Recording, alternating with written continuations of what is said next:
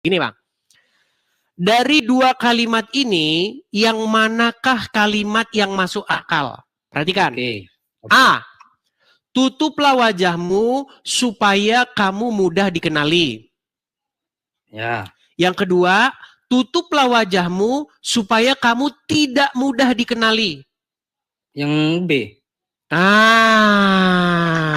Yang B. Nah, di dalam ayat Al-Quran tadi dikatakan, ulurkanlah jilbabmu ke seluruh tubuh supaya mudah dikenali. Dan supaya tidak diganggu, Bang.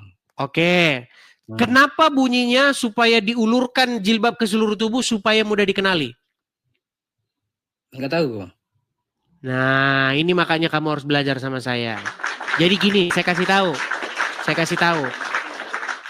Dulu perempuan-perempuan di Arab Saudi ketika mereka mau buang air besar, perempuan-perempuan yang bukan merdeka atau budak-budak, mereka tidak pakai penutup. Ya. Mereka tidak pakai hijab. Terus? Sehingga antara yang muslimah, perempuan muslimah dengan perempuan yang budak-budak, itu tidak bisa dibedakan. Semua sama, semua nggak pakai penutup. Makanya Umar Ibnu Khattab memberikan Umar bin kepada Khattab, Bang. Apa? Umar bin Khattab. Iya, Umar Ibnu itu anak, bin sama Ibnu itu sama. Bin itu bapaknya, Bang. Oke. Umar bin Khattab berkata kepada Muhammad, wahai Rasulullah, bagaimana kalau istri-istrimu itu dipakaikan hijab? Supaya mereka lebih mudah dikenali dari perempuan-perempuan yang lain. Jadi hijab itu adalah pada muasalnya itu seragam untuk buang air besar dan mudah dikenali. Ada dalilnya nggak, Bang? Baik, kalau gini kan enak kita. Saya tunjukkan dalilnya. Perhatikan ya. Saya tunjukkan dalilnya itu ada di dalam. Sabar ya. Sabar ya Bang ya.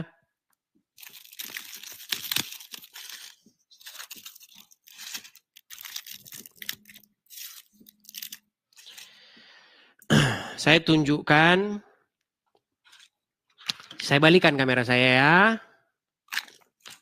Bagaimana pendapat Umar itu menjadi ayat Al-Quran. Nih. Aduh, sorry. Lihat ya. Nih. Ijtihad Umar bin Khattab dari soal kamar sampai urusan jilbab. Perhatikan. Kita bahas yang urusan jilbab ya. Oke. Perhatikan nih. Saya tunjukkan dalil-dalilnya supaya Anda paham. Perhatikan ya. Kita masuk masalah jilbab.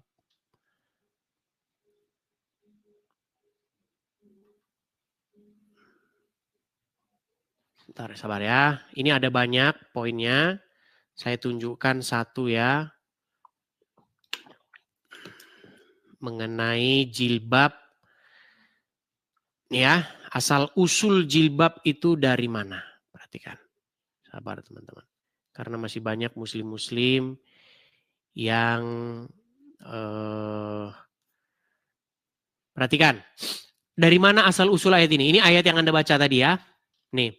Wahai Nabi, katakanlah kepada istri-istrimu, anak-anak perempuanmu, dan istri orang-orang mukmin, hendaklah mereka mengulurkan jilbabnya ke seluruh tubuh mereka. Hal itu agar mereka lebih mudah dikenal dan karena itu mereka tidak diganggu.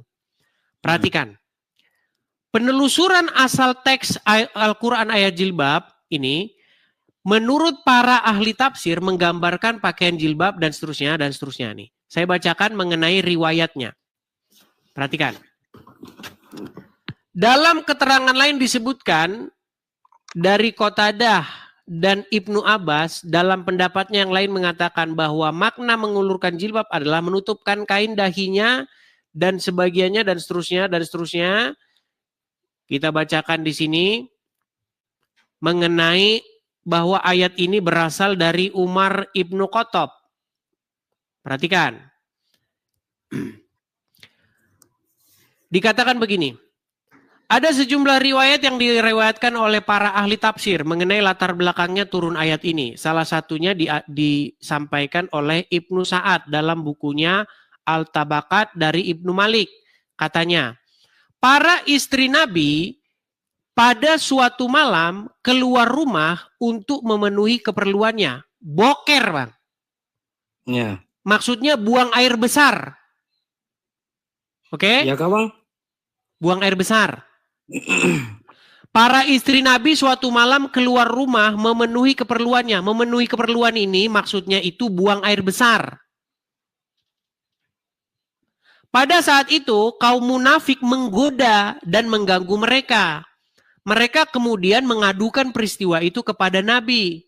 Sesudah Nabi menegur mereka, kaum munafik itu mengatakan, kami kira mereka perempuan-perempuan budak. Karena budak itu tidak pakai kayak gitu. Dia nggak pakai tutupan. Nah, kemudian Ibnu Jarir At-Tabari, guru para ahli tafsir, menyimpulkan ayat ini sebagai larangan terhadap perempuan-perempuan merdeka untuk menyerupai cara berpakaian perempuan-perempuan budak. Nah, Umar pernah memukul seorang perempuan budak yang memakai jilbab. Justru kalau budak dipukul sama Umar. Ya.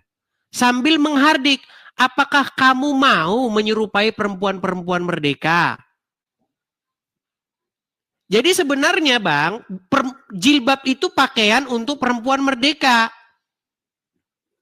Merdeka itu contohnya orang yang bebas kan, Bang? Iya, orang yang bebas. Sedangkan perempuan-perempuan kalau pakai jilbab, perempuan-perempuan budak kalau pakai jilbab malah dipukul sama Umar. Nih, saya katakan lagi nih.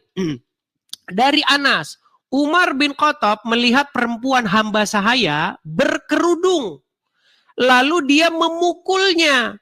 Dia mengatakan, lepaskan kerudungmu. Kamu jangan meniru perempuan-perempuan merdeka. Jadi sebenarnya pakaian jilbab itu dulu asal muasalnya dipakai untuk membedakan mana perempuan merdeka, hamba sahaya, mana perempuan-perempuan muslim. Nah, ini kalau Anda baca terus ya, nanti Anda akan menemukan bagaimana Umar bin Khattab memberikan saran. Gini, saya balikan dulu kamera saya. Jadi suatu saat istri-istri Muhammad itu BAB, buang air besar. Tapi nggak bilang buang air besar di sana, Bang. Baik, saya tampilkan ayatnya. Ini saya teman-teman baru ganti HP. Jadi HP-nya bukan di ayat-ayat kemarin ya. Sabar ya teman-teman ya.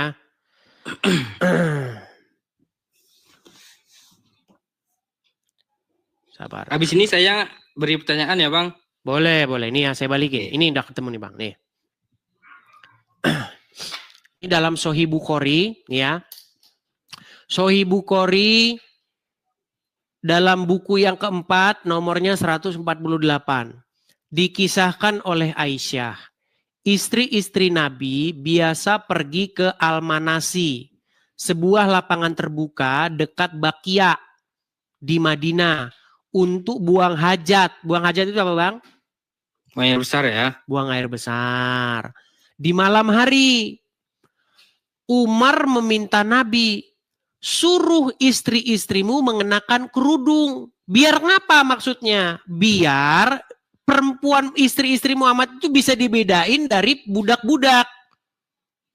Kalau budak-budak itu suka digoda-godain sama para lelaki. Ini nyambung nggak ini dia dengan sini? Lagi baca, Bang. Anda nyambung nggak yang saya maksudkan? Saya teruskan ya, saya teruskan. Ya, terus. Tapi Rasulullah tidak melakukan itu. Suatu malam saat Isya, Sauda binti Zama, istri Nabi, keluar untuk buang hajat. Dia adalah wanita yang tinggi. Umar melihatnya dan berkata, aku tahu kamu wahai Sauda. Dia Umar berkata begitu karena dia ingin ada perintah ilahi tentang pemakaian hijab bagi wanita. Maka Allah menurunkan ayat pengerudungan atau hijab ke seluruh tubuh. Nih, hal itu ada di dalam Sahih Bukhari nih, banyak nih, nomor 257. Banyak ini kisah-kisah seperti itu. Dikisahkan dari Aisyah, Umar bin Khattab sering berkata kepada Rasulullah, suruhlah istri-istrimu mengenakan kerudung. Tetapi sang Rasul tidak melakukan hal itu. Istri-istri biasa buang hajat hanya untuk walam saja di Al-Manasi dan seterusnya. Ini banyak nih Bang riwayat-riwayatnya. Saya balikan dulu kamera saya sebentar, biar Anda paham yang saya bahasakan tadi. Anda paham nggak dengan yang saya utarakan? Paham. Nah, jadi ayat jilbab itu idenya Umar bin Khattab, disetujui oleh Muhammad, baru jadilah ayat hijab. Makanya seorang pemikir Islam namanya Sumanto Al-Qurtubi, dia menulis buku Lubang Hitam Agama Islam. Di situ dia mengatakan bahwa Muhammad dan Umar bin Khattab bersekongkol mengarang ayat Quran. Ada dalilnya itu nggak, Bang? Kok ada dalil? Coba ide supaya pakai jilbab datang dari siapa? Betul, dari Umar. Dari Umar. Jadi ayat Quran nggak idenya Umar itu? Ya. Berarti siapa yang bikin ayat Quran? Itu kan ide Nabi Umar satu aja, kan, Bang? Tentang jilbab aja kan? Pelan, tenang. Oke. Umar mempunyai ide supaya istri-istrinya pakai hijab. Iya, betul. Lalu ide itu disetujui oleh Muhammad. Iya, betul. Lalu jadilah ayat Quran. Ya. Maka betul nggak bahwa Umar bin Khattab dan Muhammad bersekongkol membuat ayat Quran? Betul. Iya. Berarti Quran adalah persekongkolan Muhammad dan Umar bin Khattab, betul? Tapi enggak semua, Bang. Ya ayat itu. Ya, ayat itu betul. Oke, berarti Anda mengakui bahwa sebagian ayat Quran adalah persekongkolan Umar dan Muhammad. Sebagian enggak sih, Bang? Cuma itu aja, Bang. Cuma itu saja. Yang lain ada enggak? Ada. Menjadikan makom Ibrahim sebagai tempat sholat. Suatu ketika Umar bin Khattab berkata kepada Rasulullah ketika aku melakukan ritual haji, kan? Umar bin Khattab berkata, "Ya Rasulullah, bagaimana kalau kita jadikan makam Ibrahim ini sebagai tempat sholat?" Lalu Muhammad menyetujui idenya Umar bin Khattab. Lalu jadilah ayat Quran, dan jadikanlah makom Ibrahim sebagai tempat sholat. Bukan tempat sholat sih, tapi kiblat. Ya Tuhan. Baik, saya tunjukkan. Perhatikan ya. Pelan, sabar teman-teman.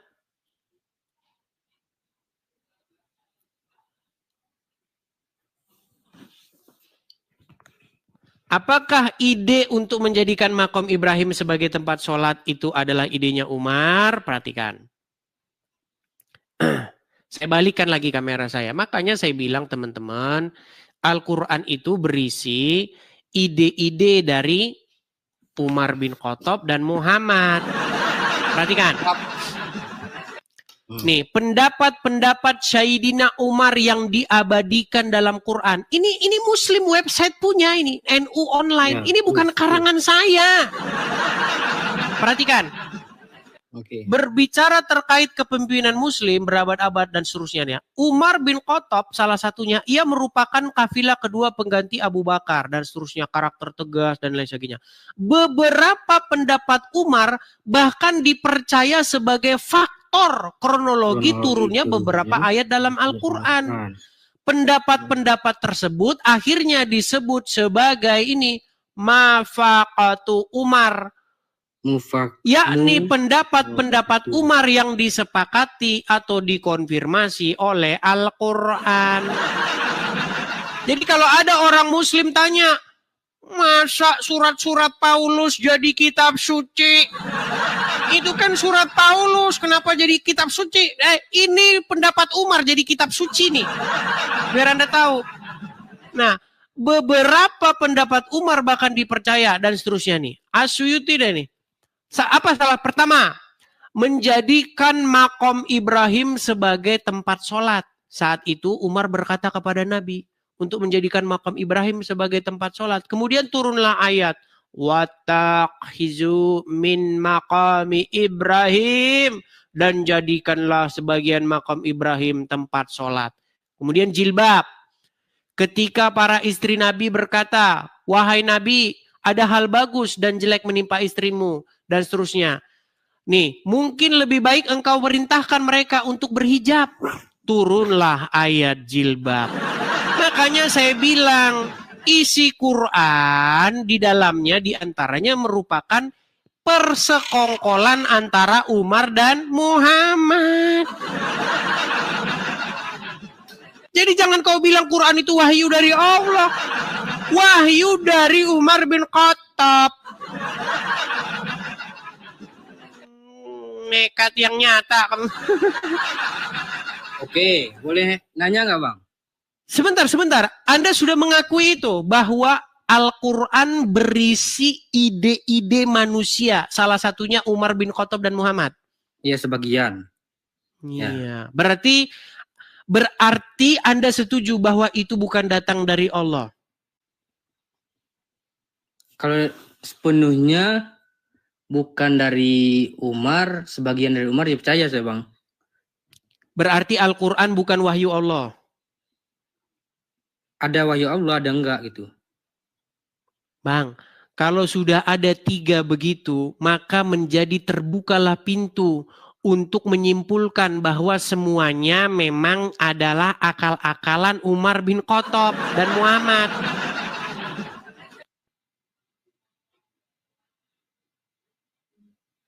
Kan sudah ada 3, betul nggak? Iya betul. Berarti tidak menutup kemungkinan yang lain juga begitu, betul? Yang lain ada dalilnya Bang. Selain Umar. Bang, saya sudah baca Al-Quran dari Al-Fatihah sampai Anas. Kesimpulan saya apa? Al-Quran itu perkataan anonimus. Seseorang yang tidak dikenal. Oke, tapi Al-Quran nggak pernah dirubah Bang. Percaya nggak? Gini, bagaimana kita menyimpulkan sesuatu berubah atau tidak berubah? Ya baca aja datanya Bang. Sesuatu kita ketahui berubah atau tidak berubah kalau kita punya pembandingnya bentuk yang lama dan bentuk yang baru. Setuju? Betul. Oke. Anda punya manuskrip Al-Quran dari yang lama sampai yang terbaru? Enggak. Seorang cendekiawan Islam namanya Mun'im Siri. Dia pernah berkata dalam satu pengajian, ya, kajian akademis di tengah-tengah para mahasiswa-mahasiswi Islam, dia katakan begini, Al-Quran baru seragam itu tahun 1924. Sebelum tahun 1924 tidak ada satupun Quran yang seragam. Ini info ini sangat mengejutkan, tapi itu benar. Sekali lagi saya katakan, tunjuk Al-Quran yang berasal dari sebelum 1924. Tidak ada satupun Quran yang seragam bunyinya. Beda-beda semuanya. Bahkan sampai detik ini. Seorang apologet Kristen yang bernama Hatun Tas. Dia seorang Turki, mantan muslimah. Dia mengumpulkan Al-Quran dari seluruh penjuru muka bumi. Setidak-tidaknya didapati 40 bacaan Al-Quran yang bermacam-macam. Bahkan itu diakui oleh ulama-ulama Islam detik ini. Terus? Ada salah satu channel YouTube, namanya itu Lajnah Kemenak. Nih, saya tunjuk kepada Anda. Aduh, ini banyak sekali informasi yang Anda tidak tahu. Nih. Namanya itu Lajnah Kemenak. Ini nama channelnya ya. Sebentar ya.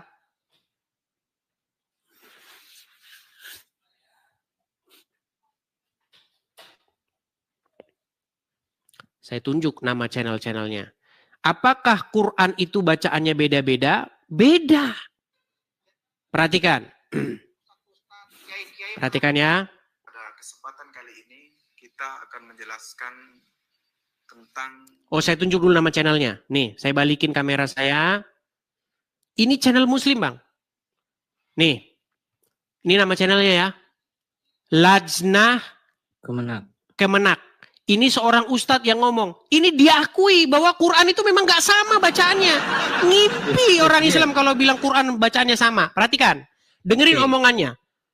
Ini video tidak lama. Kalau mau belajar, bagus. Saya senang kalau ada orang mau belajar. Perhatikan omongan dia. Video yang beredar beberapa waktu yang lalu yang menarasikan tentang ternyata Al-Quranul Karim juga memiliki perbedaan dan pertentangan.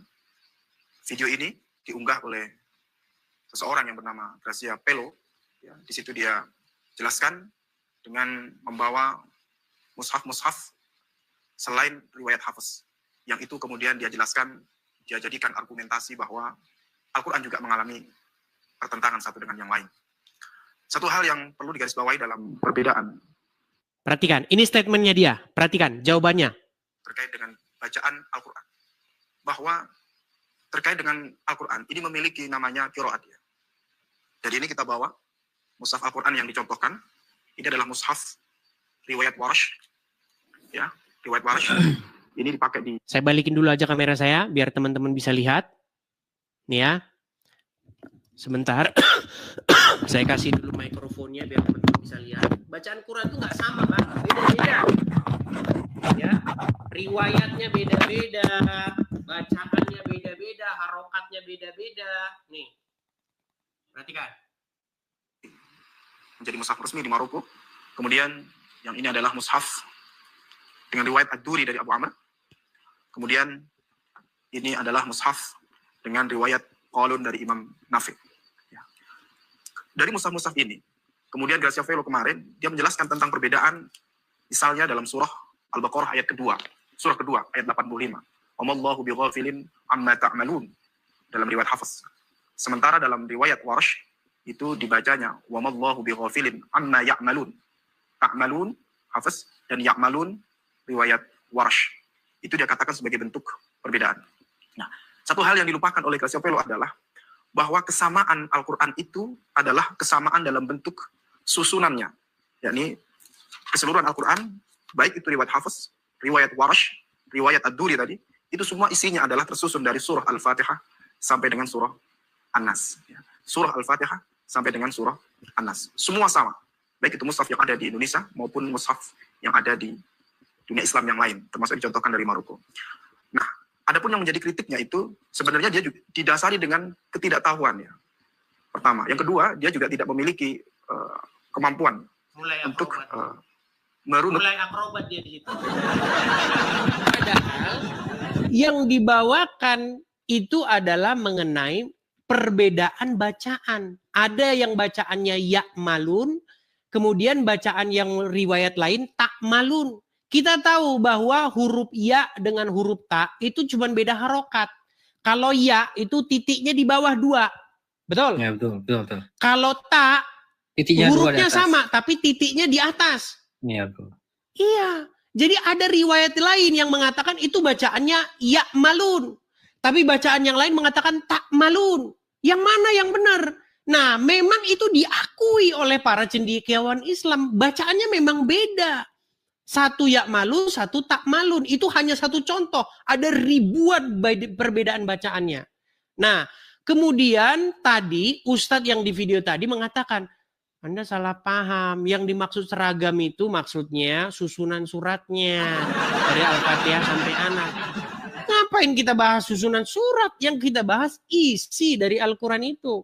Karena penamaan surat itu pun juga masih debatable. Kenapa kok dikasih nama itu? Yang ngasih nama itu siapa? Itu juga masih pertanyaan. Jadi jangan Anda bilang Quran sama. Nggak sama, Bang. Beda-beda. Makanya muncullah gini, untuk mengatasi masalah ini. Jadi Islam itu selalu mengatasi masalah dengan riwayat. Gini. Umat Islam menyadari problem ini. Ini problem serius. Ya. Karena umat Islam selama ini didoktrin Quran sama, bacaannya di seluruh dunia sama. Ternyata didapati bacaannya berbeda. Maka muncullah solusi. Bagaimana solusinya? Oh, Quran diturunkan dalam 7 bacaan. Satu lagi mengatakan qiraatul sab'ah, 7 bacaan. Satu lagi mengatakan oh enggak, 10 bacaan. Itu salah satu bentuk ngelesnya orang Islam, Bang. Karena memang Al-Quran itu tidak terjaga. Omong kosong, Bang. Kalau Anda makan bangku-bangku maksudnya makan bangku. Kalau Anda mengenyam pendidikan sekolah-sekolah Islam, nanti Anda akan tahu bagaimana ini memang sebuah problem dalam agama Islam. Oke. Boleh nanya nggak, Bang? Silakan. Kalau misalkan ya Bang Edis dikasih kesempatan untuk ngelihat Yesus disalib, Bang Edis lakuin apa? Bantuin dia supaya disalib, bantuin nggak disalib, atau lari seperti muridnya? Ya tidak tahu, Bang, karena saya kan tidak hidup pada zaman itu. Kalau seandainya dikasih kesempatan, seumpama ya, saya bersama atau menonton begitu ya, kami tentu tidak bisa berbuat apa-apa karena yang kami lawan ini adalah pemerintah. Berarti nggak sayang Tuhannya? Ya sayang, tapi kan tidak bisa berbuat apa-apa. Kalau Tuhan kenapa nggak dibantu, Bang? Kita tidak bisa berbuat apa-apa, tidak memiliki kekuatan. Gimana sih, Bang? Kok gimana? Gini. Seandainya Bang Edis ada di sana nih. Pas Yesus disalib, Bang Edis bantu salib, atau lari seperti murid, atau bantu nggak disalib? Ya diam saja. Supaya disalib? Ya enggak lah, diam saja kok supaya disalib. Diam saja itu dalam pengertian karena kami tidak bisa melakukan apa-apa. Karena yang kami hadapi itu pemerintah Romawi dan prajurit Romawi. Oke. Yang bisikin dan orang-orang Yahudi. Tentara Romawi yang salib Yesus ya? Iya, dan orang-orang Yahudi yang mendukungnya, yang menginginkan penyaliban itu. Yang bisikin orang itu kan setan, iblis. Yang dia apa? Yang bisikin orang itu supaya Yesus disalib. Betul. Yang membisiki Yudas. Iblis ya, membisiki iblis Yudas. Kan? Ya. Jadi iblis ini berjasa nggak? Berjasa. Kan disalibkan jadi penebusan dosa ya, kalau nggak salah. Baik, ini isu-isu yang diangkat oleh mereka. Baik, bagus. Ini Anda angkat isu bagus. Saya senang kalau kita mau diskusi baik soal ini. Ini sering diangkat sama Juma dan sama Uncup. Terus. Baik, apakah iblis di sini sebagai pahlawan? Sejak kapan iblis tidak pernah jadi pahlawan? Pernah iblis nebusin dosa lu, Bang? Bagaimana? Padahal iblis bantu nebusin dosa Bang Edis. Nggak ada iblis bantu nebus dosa kami. Supaya disalib Yesus. Nggak ada. Iblis bantu nebus dosa kami, nggak ada. Terus yang bisikin mereka kan iblis. Yang membisikkan kepada Yudas iblis. Ya, terus. Berarti mereka berjasa nggak? Baik. Saya akan buatkan satu pertanyaan yang sama kepada Anda ya. Baik. Kalau ada seseorang yang disuruh berperang. Oke. Namun dia gugur di medan perang itu. Terus. Dan karena gugurnya dia di medan perang, maka dia digelari sebagai pahlawan. Pertanyaan saya, kepada Oke. Anda. Ini kepada Muhammad ya, kepada Muhammad. Oke. Oke. Anda percaya Muhammad mati sebagai syahid? Ya betul. Oke, Muhammad mati sebagai syahid. Dalam riwayat dia diracun oleh seorang wanita. Ketika Muhammad meninggal, maka orang-orang Islam percaya bahwa tugasnya sudah selesai dan dia meninggal dalam keadaan syahid. Pertanyaan saya, yang meracun Muhammad itu, wanita yang meracun dia, apakah dia seorang pahlawan sehingga membuat Muhammad mati syahid? Walaupun Muhammad nggak mati syahid nih bang. Tenang, dia Bang, pasti tenang, masuk tenang, surga. tenang, tenang, Ya tenang. betul. Anda Kan- mengajukan kan pertanyaan yang nanya sama tadi, dengan Bang. saya. Ya terus. Ketika Yudas dibisiki oleh setan supaya Yudas menjual Yesus, Ya, betul. Tuhannya, dan Terus. kemudian akibat itu terjadi penyaliban, apakah Yudas atau iblis adalah pahlawan? Saya bilang tidak. Nah, Kenapa saya tidak, akan Bang? membuat pertanyaan yang sama dengan Anda. Ya, Perhatikan pertanyaan saya. terus. Ya. Ketika Muhammad mati syahid, sudah? Ya. Ya. Apakah orang yang membuat Muhammad mati syahid itu adalah pahlawan? Enggak. Ah, sama jawaban saya begitu, Bang. Ketika iblis merasuki Yudas untuk menjual Yesus, apakah Yudas di situ pahlawan? Apakah iblis itu pahlawan? Tidak. Kan dia ngebantu supaya dosa Bang Edis ya, seluruh orang Kristen Tidak, dia tidak ditebus membantu. dosanya. Dia tidak membantu. Nah terus? Oke, sekarang saya tanya. Muhammad mati syahid kan? Iya betul. Siapa yang meracun Muhammad? Siapa namanya? Lupa.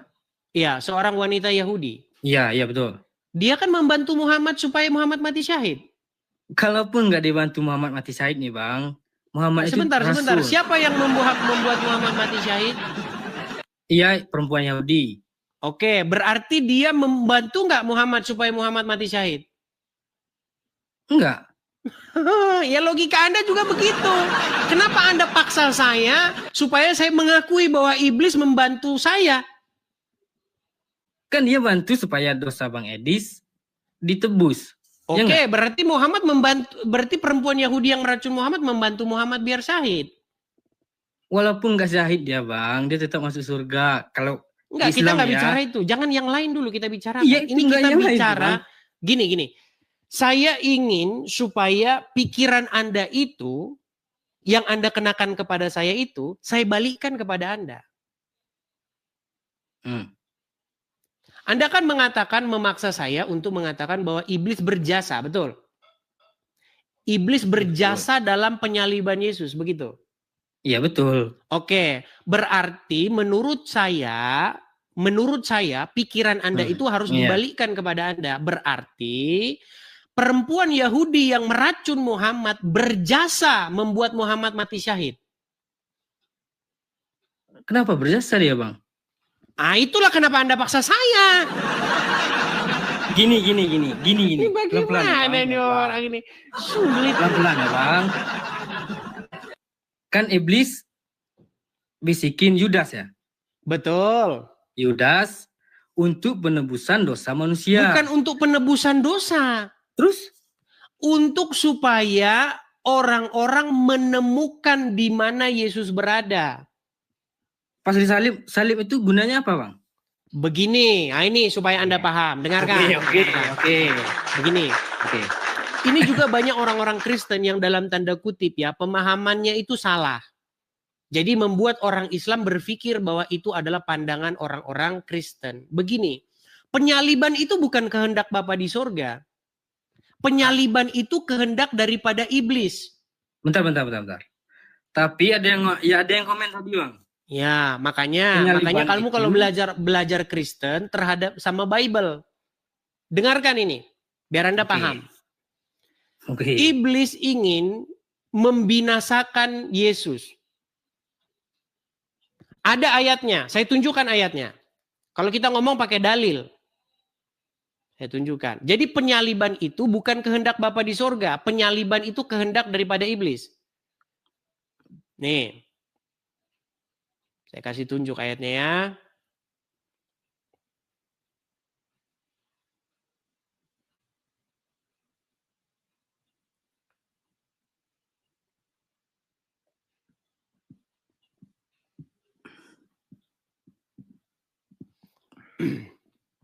Saya tunjukkan di dalam 1 Korintus 2 ayat yang ke-8 ya Bang ya. Nih, saya balikkan kamera saya sebentar. Perhatikan. 1 Korintus 2 ayat yang ke-8. Sabar, masih blur ya Bang ya, sabar Bang ya. Ini. Tidak ada dari penguasa dunia ini yang mengenalnya. Sebab kalau sekiranya mereka mengenalnya, mereka tidak menyalibkan Tuhan yang mulia. Kalau dalam terjemahan-terjemahan yang lain kita lihat ya, contoh misalnya terjemahan sederhana Indonesia nih. Nih. Sebelumnya para penguasa dan raja-raja dunia ini tidak pernah mengerti ilmu tersebut. Andai mereka mengerti, tentu mereka tidak akan menyalibkan Yesus Tuhan kita yang mulia. Jadi penyaliban itu adalah kehendak daripada iblis. Lalu kenapa sekarang penyaliban itu justru sebaliknya malah mendatangkan keselamatan? Jadi begini Bang, kehendak Bapa di surga itu supaya Yesus menghadapi penyaliban itu. Oke. Jadi kehendak Bapa di surga supaya Yesus tidak lari dari penyaliban itu. Tetapi dihadapi penyaliban itu. Bapa di surga ingin supaya Yesus taat sampai mati. Apapun resikonya, sekalipun itu hukuman mati, sekalipun itu penyaliban, Bapa di surga ingin Yesus hadapi itu. Minum cawan itu. Nah, ketika Yesus taat sampai mati, ketika Yesus disalibkan dan taat, tidak lari dari penyaliban seperti pengecut, seperti Isa di dalam Al-Quran, maka salib yang tadinya merupakan sebuah lambang penghukuman hati itu dibalik menjadi sebaliknya, menjadi berkat. Jadi justru ketaatan Yesus itu mendatangkan keselamatan. Contohnya begini, saya kasih contoh. Ketika Anda seorang prajurit yang sejati, Anda disuruh perang, ke medan perang. Pasti jenderal Anda, pemimpin Anda mau berperang itu sampai titik darah penghabisan. Anda tidak lari dari medan perang itu. Tetapi apakah jenderal Anda ingin supaya Anda mati? Tentu tidak. Tetapi kalaupun Anda mati, jenderal Anda itu tidak ingin Anda lari dari situ. Paham nggak maksud saya? Oke, paham. Nah, ketika misalnya Anda gugur di medan perang, pastilah jenderal Anda itu akan menganugerahkan kepada Anda sebuah reward, sebuah hadiah. Yaitu apa? Ya, kemenangan bahwa Anda itu dianggap sebagai pahlawan. Nah, seperti itu. Ini bahasa-bahasa yang supaya Anda mengerti ya. Jadi keinginan Bapa di surga adalah supaya Yesus menghadapi itu, menghadapi salib itu. Berarti Nah, keinginan ketika Bapak Yesus di taat surga sampai mati menghadapi salib itu, Bapa di surga memberikan kepadanya segala yang di langit dan yang di bumi. Makanya ketika Yesus bangkit dikatakan segala kuasa dan di surga dan di bumi telah diberikan kepadaku. Karena apa? Karena dia taat sampai mati. Gini Bang. Silakan. Tadi kan memberikan bumi dan langit ya sama Bapak Enggak, di jangan surga. ke situ dulu. Fokus kita adalah apakah iblis itu pahlawan dalam penyaliban. Jangan lari kemana-mana. Ini kan mau tanya yang baru ini Bang. Jangan kita lompat ke tema yang lain. Bahasan kita dari tadi adalah apakah ketika iblis merasuki Yudas supaya Yesus disalib, mereka adalah pahlawan? Nah, betul. Saya sudah jawab tadi, tidak. Yang pahlawan itu adalah Yesus yang taat berani menghadapi penyaliban itu. Makanya keinginan Bapa di surga supaya Yesus minum konsekuensi itu, cawan itu. Sekalipun disalibkan, hadapi Itu keinginan Bapa di sorga. Sedangkan penyaliban itu keinginan daripada setan.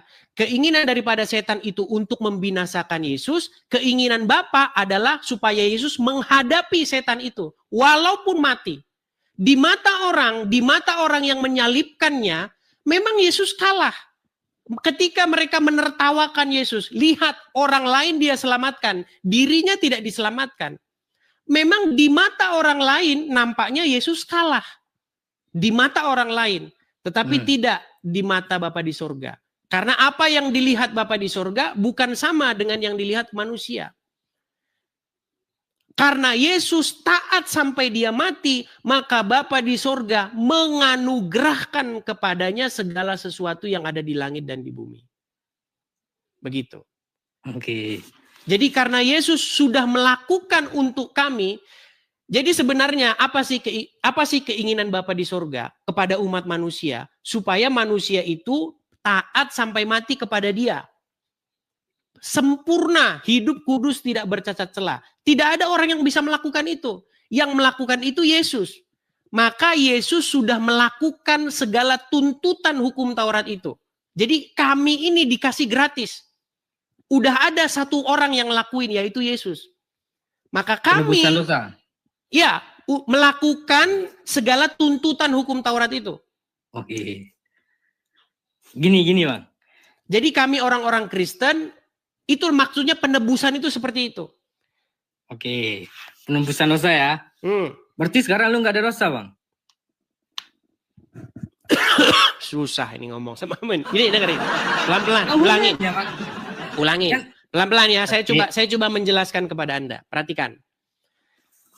Ketika kita baca Bible, syarat untuk masuk kepada hidup yang kekal adalah Ya. hidup kudus dan tidak bercacat celah. Dan tidak ada seorang pun yang mampu melakukan itu. Semuanya gagal. Saya, Anda, semua manusia berdosa. Jatuh ke dalam Oke. dosa. Penebusan dosa intinya apa, Bang? Penyaliban itu. Makanya saya lagi jelaskan. Anda dengarkan dulu biar Anda Oke. paham. Saya ulangi Terus. lagi. Saya Oke, ulangi terus. lagi. Tuntutan daripada hukum Taurat adalah supaya setiap orang itu melakukan setiap detail dari hukum Taurat itu. Jangan berzina, jangan mencuri, jangan bersaksi dusta, dan seterusnya. Nggak ada satupun yang lolos dari segala tuntutan hukum Taurat itu. Ya, betul. Satu-satunya yang lolos, satu-satunya yang mampu melakukan hukum Taurat itu hanyalah Yesus. Sehingga kami orang Kristen ini, kami itu sudah tuntutan melakukan hukum Taurat itu sudah dilakukan oleh Yesus. Terus. Itulah yang dimaksud penebusan. Jadi kami itu sudah dibayar. Berarti Bahwa sekarang nggak ada Yesus yang dosa. melakukannya untuk kami. Yang melakukan segala tuntutan hukum Taurat itu adalah Yesus untuk kami. Berarti nggak ada dosa. Sehingga kami bukan dibenarkan karena kami melakukan, enggak, karena kami enggak lolos. Yang melakukan adalah Yesus, untuk kami dia lakukan itu.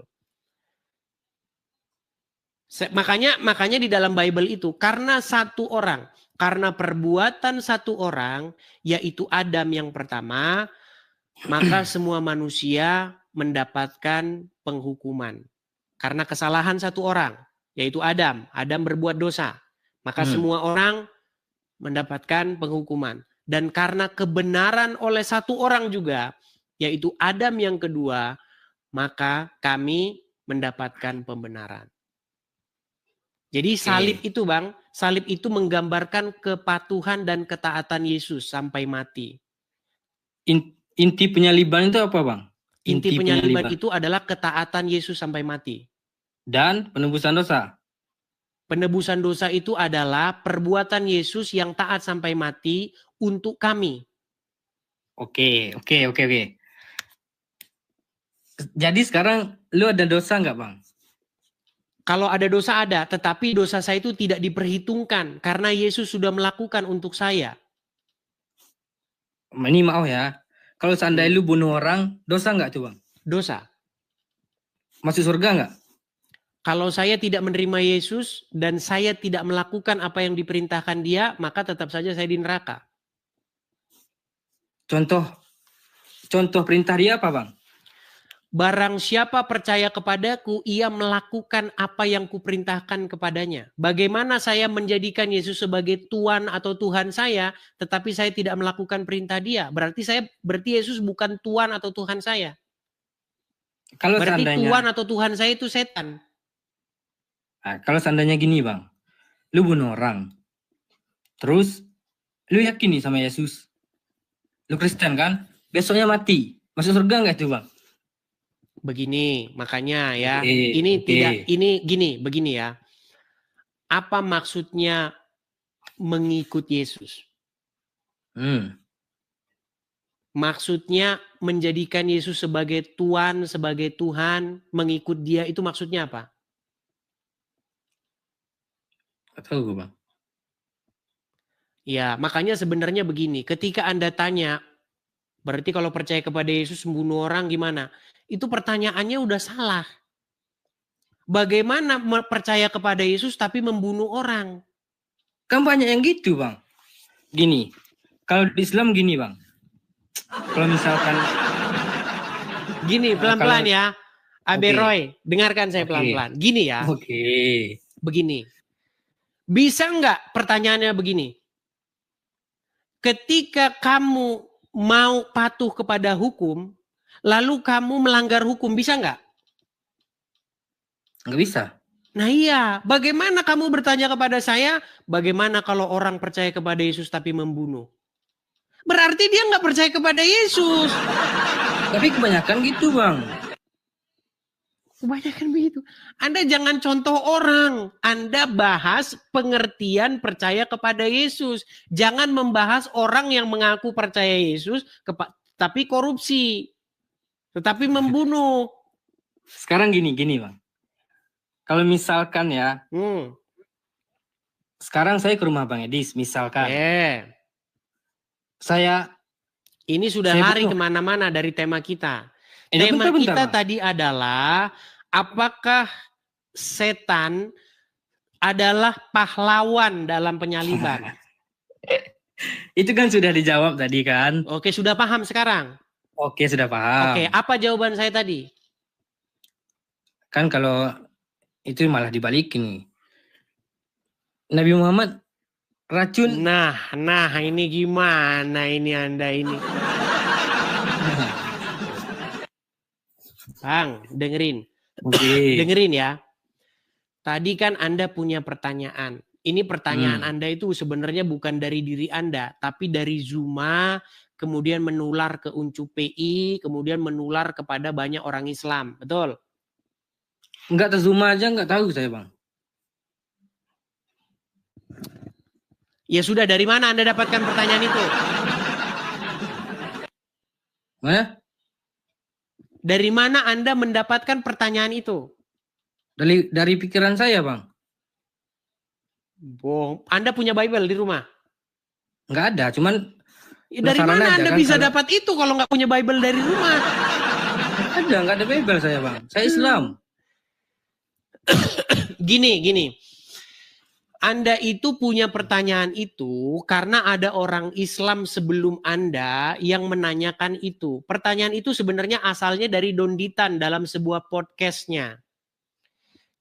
Jika dia punya podcast dengan seorang perempuan Kristen.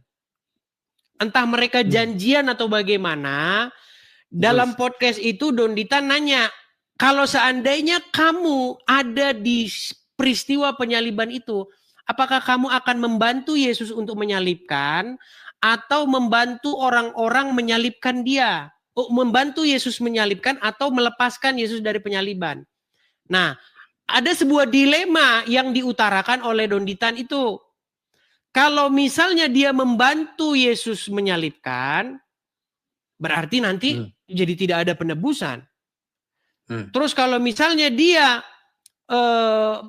bersama-sama dengan menyalibkan, berarti sama dengan Yudas. Kan kira-kira seperti itu. Betul? Ya, terus. Nah, pertanyaan itu bisa saya balik kepada kamu.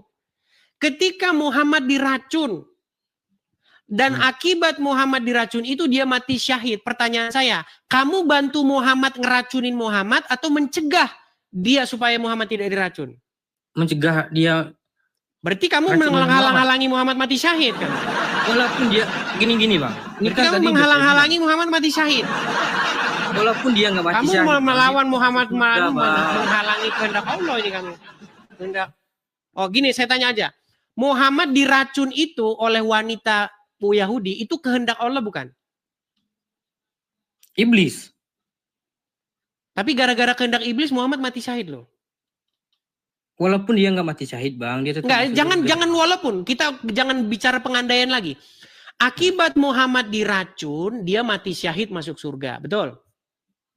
Betul. Berarti iblis berjasa membuat Muhammad masuk surga. Iblis. Walaupun dia nggak mati syahid bang. Ya, pertanyaan Anda itu sebenarnya gini, saya cuma mau balik pola pikir kamu gitu loh. Pola pikir Oke, kamu oke. yang kamu dapat dari Donditan itu saya balikin ke kamu. Oke gini bang. Ketika kamu mempertanyakan kekristenan, apakah iblis berjasa dalam hal penyaliban itu?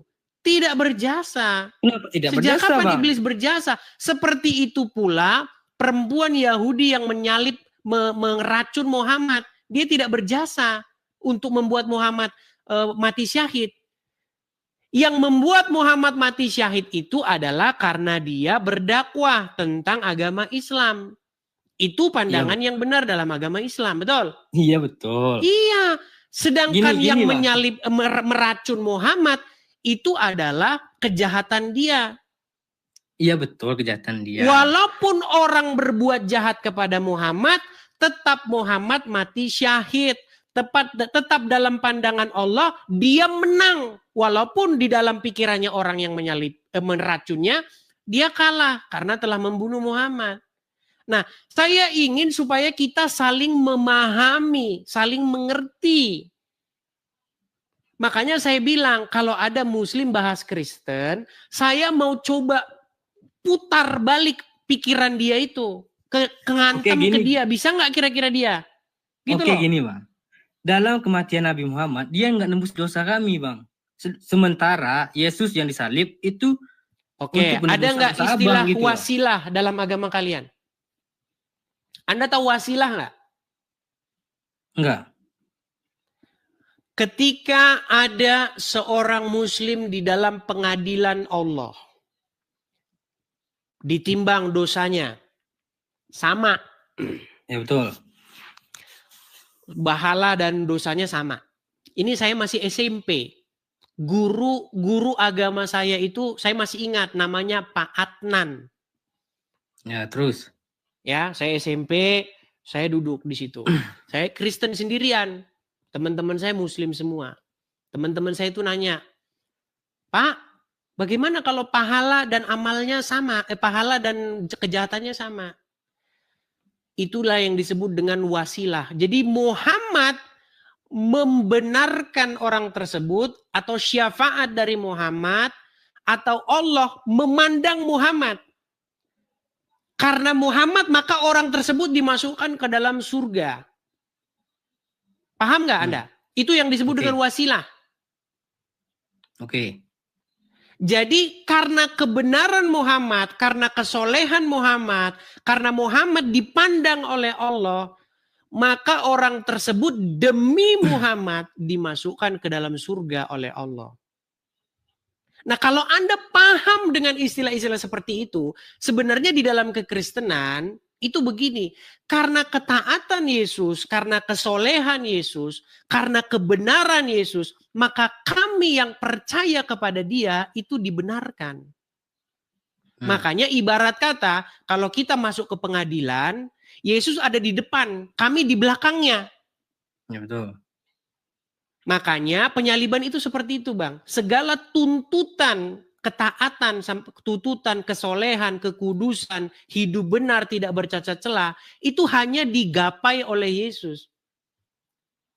Makanya oleh satu pelanggaran manusia, yaitu Adam yang pertama, maka semua manusia menjadi berbuat dosa. Semua manusia mendapat hukuman. Nah, keadilan Tuhan adalah karena kebenaran satu orang pula, yaitu Adam yang kedua. Yesus itu adalah Adam yang kedua. Maka semua manusia mendapatkan penebusan. Itu penebusan itu begitu. Jadi kami ini dibayar bukan dengan emas, bukan dengan perak, tetapi dibayar dengan darah yang tertumpah di atas kayu salib. Makanya ketika kami memandang kepada Dia yang tertikam, kami sembuh. Itu maksudnya. Karena Dia, Yesus, sudah melakukannya untuk saya. Dia sudah melakukan ketaatan kepada Bapa itu untuk saya, begitu. Jadi ketika kami ini percaya kepada Yesus, kami kepunyaannya, kami miliknya Yesus. Ketika kami miliknya Yesus, kami melakukan apa yang Yesus suruh. Jadi nggak mungkin ketika kami milik Yesus, punyanya Yesus, kami maling, korupsi, bersaksi dusta. Kami nggak mau seperti itu karena kami kepunyaan Yesus. Barang siapa milik Kristus, maka dirinya, tubuhnya bukan punya dia lagi, tetapi punyanya Kristus. Maka dari situ dia harus hidup meneladani Yesus. Kita nggak bisa sempurna, Bang. Jatuh terus kita dalam dosa. Tetapi Yesus yang membenarkan kami. Itu maksudnya, Bang. Berarti sebelum penebusan itu, kalau misalnya ada orang Kristen yang meninggal, masuk surga nggak itu, Bang? Baik, sebelum penebusan, sebelum Yesus turun ke dunia, bagaimana dengan orang-orang Kristen? Pertanyaan orang Kristen belum ada. Sebelum penebusan? Sebelum penebusan, mereka percaya kepada Sang Firman, Bang. Sang Firman? Iya, Sang Firman itu adalah Yesus. Jadi yang didengar oleh orang-orang sebelum Yesus lahir itu adalah firman. Firman Tuhan, jangan mencuri, jangan berzina, jangan bersaksi dusta tentang samamu. Ketika dia taat sama sang firman itu, maka dia akan diselamatkan. Masuk surga? Yesus itu adalah sang firman sebelum dia datang ke dunia. Dia adalah terang itu. Dia adalah hikmat Tuhan itu. Kalau ini gue dia pernah nonton nih, betul-betul Bang. nuzul real menjadi manusia datang ke dunia. Kalau ini gue pernah nonton di Donditan ya, Bang, yang soal ini. Jangan Donditan, Bang. Donditan dia nggak gini. Saya tantang Donditan tuh diskusi dengan saya, itu lari terus itu sama saya itu ngiprit. Itu Soalnya kerjanya dia lari terus dari saya itu. Soalnya dia dari zaman dulu Donditan itu kerjanya tukang lari dari Edis. Itu kerjaan dia itu. Mana berani dia diskusi dengan saya? Ngiprit itu tukang lari itu dari saya itu. Gini, Bang, gue pernah lihat di ini ya, Bang, di Donditan. Ya. Yesus pernah puasa nggak, Bang? Udah lari ke sana, lari ke sini Anda ini, Bang. Ya gini, kan tenang. Kan judulnya tenang, tanya jawab. Tenang. Bisakah kita membahas satu isu sampai isu itu kelar? Oke. Tadi kan Anda bertanya kepada saya, lantas bagaimana kalau orang Kristen tapi dia membunuh? Pertanyaannya begini, pengertian Kristen itu apa sih? Kristen itu artinya pengikut Kristus. Tadi kan sudah saya bilang, Bang, orang yang sudah menjadi milik Yesus, maka dirinya bukan kepunyaan dia lagi, tetapi kepunyaan Kristus. Barang siapa menjadi milik kepunyaan Kristus, maka dia melakukan apa yang Yesus perintahkan. Bagaimana mungkin seorang Kristen tetapi dia membunuh? Tapi kan sering terjadi, Bang. Ya, makanya begini, Bang. Makanya di dalam kekristenan itu ada yang namanya Kristen KTP, ada yang namanya Kristen yang ya walaupun gini ya, tidak selamanya mengikuti Yesus itu lepas dari dosa. Artinya tetap saja ada luput, tetap saja ada yang namanya jatuh bangun. Seperti kata Yesus, roh memang penurut, tetapi tubuh ini lemah. Kadang-kadang kita mengikuti emosi kita, hawa nafsu kita. Sehingga kita lost control, lepas kendali, kemudian kita mencelakai orang misalnya. Tetapi makanya harus ada pertobatan. Pertobatan. Contohnya? Ya contoh kalau ada orang Kristen, misalnya nih. Ya. Karena dia menuruti emosinya, karena dia menuruti hawa nafsunya sehingga dia lupa bahwa dia adalah kepunyaan Kristus. Jadi dia melakukan kehendak setan bukan kehendak Kristus, maka dia harus bertobat. Bertobatnya gimana, Bang? Bertobat itu maksudnya menyesali diri kemudian tidak mengulangi lagi. Gitu doang, Bang. Iyalah, memang kayak Islam harus begini-begini, cuci-cuci kayak ini, hidung-hidung, terus minum batu di Arab. Ya enggak, makanya jadi orang Islam ruwet. Simple kan? Kami nggak perlu begini-begini. Oke, Nggak perlu, gini. nggak ada gunanya itu bagi kami. Oke, gini. Kalau misalnya nih, gue bunuh Bang Edis, terus gue tobat. Tobatnya gimana? Minta ampun. Bertaubat itu kita pertama-tama dulu definisi taubat. Apa sih taubat itu? Taubat itu kan menyesali. Betul. Oke, menyesali. Oke, supaya kita tidak melakukan perbuatan itu lagi. Ya, terus. Nah, makanya kalau orang sudah bertobat dan menjadi milik Yesus, menerima Yesus, maka dosa dan pelanggarannya itu tidak diperhitungkan. Kalau diulangi lagi, Bang? Ya berarti bohong, namanya bertobat. Anda tahu bertobat nggak? Oke, tahu. Oke, apa pengertian bertobat? Bertobat itu menyesali perbuatan. Oke, kalau menyesali perbuatan, contoh, Anda lihat HP, ambil. Ya kan? Ya betul. Maling, oh, bertobat saya, bertobat. Besok, lihat HP lagi, ambil lagi. Berarti itu bertobat atau enggak? Ya enggak. Iya gimana namanya bukan tobat. Tapi sering gitu, Bang. Iya, makanya itu bukan yang dimaksud dengan tobat. Makanya Tuhan tidak membiarkannya dipermainkan. Makanya kalau bertobat sungguh-sungguh, itu dia tidak akan mengulangi lagi, menyesalinya. Ngomong doang gitu, Bang? Iya, justru itu yang ngomong doang itu, gitu. Yang bertobat tapi diulang-ulang terus. Oke, misalnya gini nih. Gue bunuh Bang Edis. Terus gue bilang, habis bunuh nih, gue bilang, gue menyesali, nggak diulangi lagi. Ke gereja nggak itu, Bang? Atau di rumah aja? Ke gereja nggak? Ya, susah ini. Bang, gini. Jadi gini ya, ada perbedaan-perbedaan atau ada paham-paham Islam yang Anda masukkan ke Kristen. Ini makin malam makin seru ini diskusi kita ini. Udah 11:30. Gini Bang. Begini. Ya oke, saya kan nggak ngerti. Terus saya tanya aja. Ketika Anda memasukkan pikiran-pikiran Islam ke Kristen, itu obrolan kita semakin nggak nyambung. Karena ke gereja itu merupakan sebuah dalam Kristen itu merupakan sebuah persekutuan dengan orang-orang yang beriman. Supaya apa? Supaya kita itu tidak jatuh dalam dosa. Seperti bara api. Kalau bara api itu dipisahkan dari sekumpulan bara api, maka dia cepat mati. Tapi kalau dia ngumpul dengan sesama bara api, maka dia nyalanya bisa lama.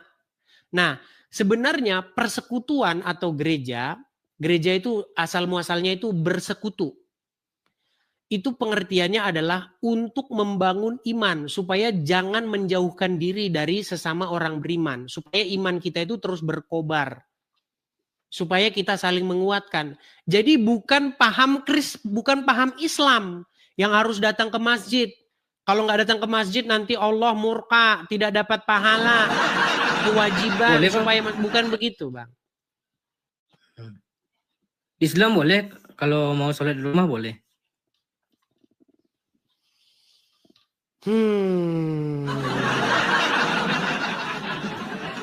Oke lah ya, mungkin Anda belajar dulu lah ya. Nanti Anda belajar dulu, tapi nggak apa-apa. Memang Anda mewakili Islam, Bang. Nggak apa-apa. Gini, saya kan bertanya Anda mewakili Islam karena memang begini. Karena memang banyak Islam yang tidak memahami konsep di dalam kekristenan, kemudian ingin. Makanya saya begini, Bang. Saya cari tahu kan, Bang. Saya belajar. Ya, baik, lebih bagus Anda cari tahu. Jadi contohnya seperti itu ya. Kalau dalam agama Islam, ibadah harus 5 kali sehari. Orang Kristen ibadahnya seminggu sekali. Kan itu betul. Betul. Dan banyak orang-orang Kristen yang terpengaruh dengan itu. Orang Kristen mengatakan ibadahnya seminggu sekali. Orang Islam mengatakan ibadahnya 5 kali sehari. Dua orang yang mengatakan itu, dua-duanya tidak mengerti Islam dan tidak mengerti Kristen. Ibadah itu apa sih? Ibadah itu diambil dari kata dasar a'budu, ya'budu, abdi, hamba. Penghambaan diri itu bukan seminggu sekali. Penghambaan diri itu 24 jam sehari.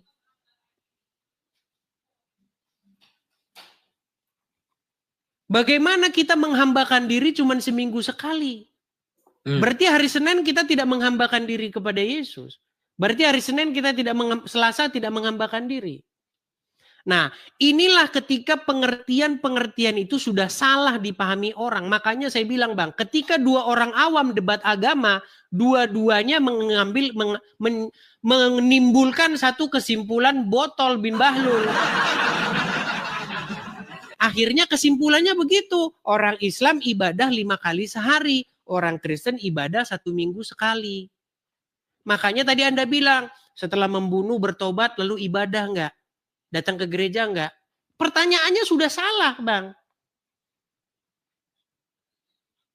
Dan banyak orang, bahkan pendeta-pendeta Kristen, gembala-gembalanya juga enggak ngerti. Ibadah juga enggak ngerti.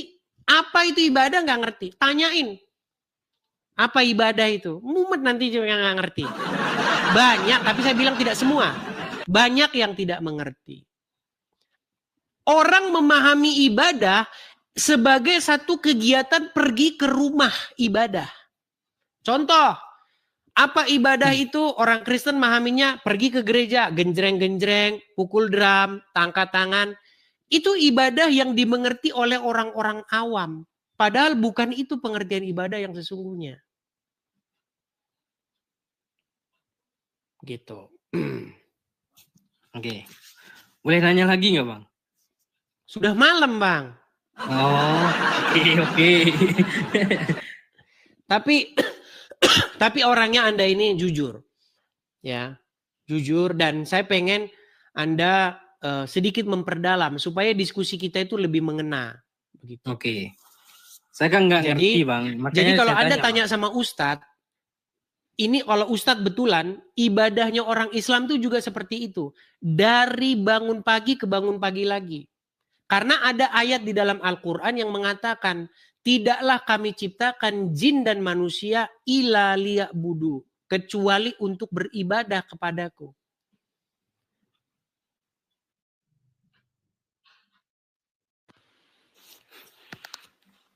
Gitu, Bang. Oke. Jadi saya rasa itu saja dulu ya. Besok kita lanjut kembali ya. Oke, ini udah mau jam 12 malam dan orang-orang kayaknya sudah banyak tidur. Oke, Bang. Thank you, Bang. Gitu ya. Oke. Terima kasih sama-sama, Bang ya. Jadi ingat nih, Bang ya. Tanya jawab Islam Kristen. Islam bertanya, Kristen menjawab. Ingat, Bang, kalau Kristen menjawab, Islam lapor polisi. Enggak, saya enggak gitu, Bang. Saya enggak gitu, Bang. Bagus. Ya, Anda bagus, Anda. Kalau di Islam kan saya pegang gini, Bang. Untukmu agamamu, untukku agamaku gitu. Ya. Oke, begitu ya. Oke. Baik. Bentar ya. Semoga penjelasan saya itu sedikit banyaknya memberikan pengertian kepada Anda tentang apa yang sesungguhnya orang Kristen imani, apa yang sesungguhnya orang Kristen percayai. Karena banyak orang menyerang kekristenan, bukan kekristenan yang diserang, tetapi sesuatu yang sesungguhnya tidak dipercayai oleh orang Kristen itu sendiri. Itu yang diserang. Itu yang kita sebut di dalam sebuah dalam dunia pendidikan sebagai argumentum strawman argumen. Apa strawman argumen itu? Adalah argumen yang menyerang sesuatu tapi bukan sesuatu yang dipercayai oleh lawan bicaranya itu. Seperti itu ya. Oke. Saya rasa itu saja ya teman-teman ya. Ini sudah cukup malam dan mungkin juga di antara teman-teman juga sudah banyak yang ngantuk ya. Jadi kita mungkin ambil rehat dulu untuk hari ini. Dan teman-teman jangan lupa untuk pantengin terus ya channel Edis TV yang asli, baik ada di TikTok dan di YouTube ya. Teman-teman, banyak sekali orang-orang yang membawa-bawa nama saya, membikin akun atas nama saya tetapi bukan saya. Pastikan teman-teman memfollow akun yang asli. Dan sekali lagi teman-teman, untuk di akhir acara teman-teman, kita ada program ya teman-teman ya untuk mendirikan rumah apologet di sini, di mana dengan maksud dan tujuan didirikannya rumah apologet ini adalah untuk menjawab, mengcounter orang-orang Islam tentang iman kita. Jadi ketika orang Islam mempertanyakan iman kita, kita jawab. Tapi kita tidak hanya menjawab-jawab saja. Kita tanya balik orang Islam tentang imannya. Pertanyaan dengan pertanyaan yang sama seperti yang mereka tanyakan kepada kita. Itu tujuan dari didirikannya rumah apologet ini teman-teman. Jadi kepada teman-teman yang tergerak hati mau mensupport pendirian rumah apologet, teman-teman tergerak hati mau berkolekte atau memberikan persembahannya supaya kita sama-sama membangun markas atau tempat atau rumah apologet, teman-teman bisa mensupport saya itu di layar ya. Pastikan teman-teman muncul nama saya, muncul nama Edis di situ supaya teman-teman yakin bahwa itu betul-betul sampai kepada saya. Kalau tidak muncul nama saya, hati-hati teman-teman. Banyak penipuan-penipuan yang membawa-bawa nama saya.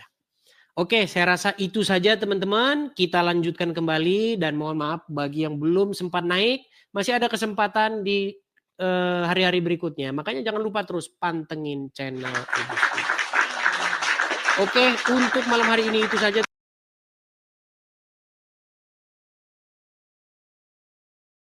Yesus kiranya memberkati kita semua. Shalom.